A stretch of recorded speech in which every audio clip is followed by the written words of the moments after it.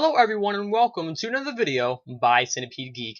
Today I have another Netflix exclusive review. I'm going to review a horror film by the name of Rise of the Zombies. Rise of the Zombies is an original Sci-Fi Channel movie. The production company actually behind Rise of the Zombies is The Asylum. And as I said in my Hansel and Gretel review, Asylum is known for doing their mini mockbuster films where they actually spoof blockbuster adaptation movies. But Rise of the Zombies is one of the rare cases where this one is not a spoof of another blockbuster film. It's an original adaptation by the Asylum Company. So let's talk about Rise of the Zombies. Rise of the Zombies stars actors such as Chad Lindberg and Danny Trejo. And honestly, Danny Trejo was the main reason I checked it out, besides me just, watching horror movies in the order that they are for my new video series. Danny Trejo was another reason I watched it, because I was always kind of a big fan of Danny Trejo. I like him, Machete, and then many other things, of course. And then Chad Lindberg, I was watching him in the movie, and I knew that his face looked familiar. He actually played one of the main people in the 2010 remake horror film by the name of I Spit on Your Grave. He played the character of Matthew, the guy that was mentally handicapped. So I knew that I saw his face somewhere. I knew that he looked familiar, so it was kind of cool seeing him in another horror film, and he did a great job, by the way, too. So let's talk about Rise of the Zombies. What is the plot? Well, the plot is very simple, as the title suggests. We have the zombie apocalypse is among us. We have several survivors that are held up on an island, and they're pretty much all trying to survive from the zombie apocalypse. While this is going on, there is a man trying to work on a cure or a vaccine of some kind. That way they can cure people, and not that way people will turn into zombies. That's pretty much the main plot of the film, of the sci-fi film by the name of Rise of the Zombies. Overall, my thoughts and opinions on Rise of the Zombies, I really enjoyed this film overall. It's actually my second time watching an Asylum film. My first one was Hansel and Gretel. I thought that was a pretty decent film. I gave like a 4 out of 5 in my review, I believe.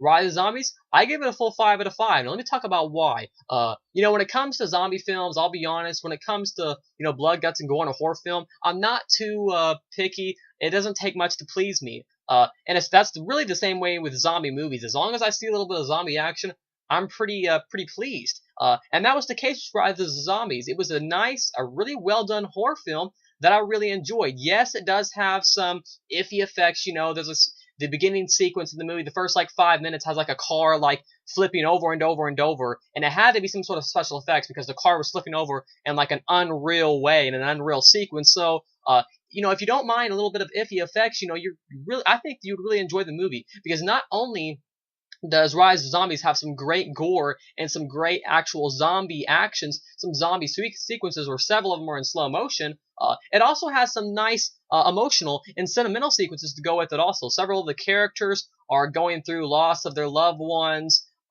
They don't know what to do in the situation. So there's some really nice emotional sequences, because characters get close to one another, and then when a character dies off, there's enough justice done to that character in just the right manner and just the right way, where I thought many of the emotional and sentimental sequences in the movie worked well to the advantage and really benefited the movie as a whole. One of my favorite characters in the movie, besides Danny Trejo, because Danny Trejo, he was only in the first 30 minutes of the movie, but one of my favorite parts of the movie is one of my favorite characters is the man who's actually working on the cure itself, because it's a real personal journey with him. He's held up on, the Alcatraz island itself within the prison.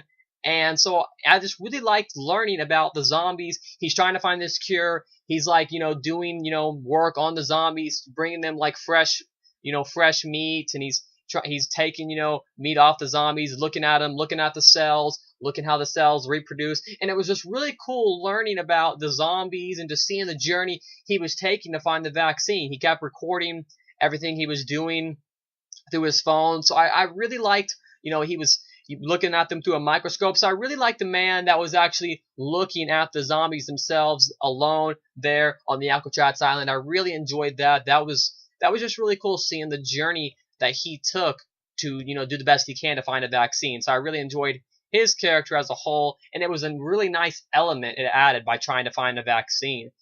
Danny Trejo was pretty cool in the movie. He's in a good 35 minutes of the movie. And then I also enjoyed Chad Lindberg. He's in almost the entire movie. He's in, the entire movie pretty much. I really enjoyed him. Like I said earlier, I knew his face looked familiar, and then I looked it up just now on Wikipedia and found out that he was in the 2010 remake of the horror film called I Spit on Your Grave. I enjoyed him also. I thought that each character was actually developed in a great way where you get to learn enough about each character. I mean, you don't get to know a ton about them, but you get to know just enough to get to know them, well. And some really great zombie and action sequences in this movie.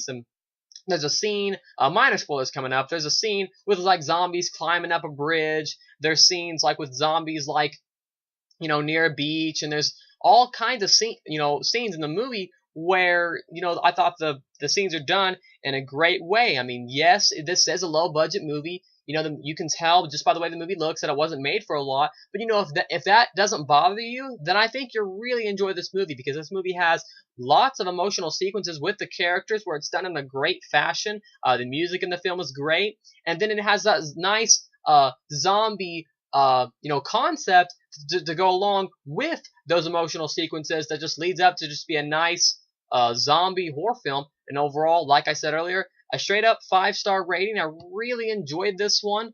I really didn't know what to think of it going into it. I thought it was just going to be kind of average, but overall, it turned out to be just a really fun zombie movie that has, all sorts of stuff in it. I was actually able to feel for the characters in a nice fashion. So, great character development, some great zombie sequences, and like I said earlier, I really enjoyed the personal journey that the guy with the vaccine created.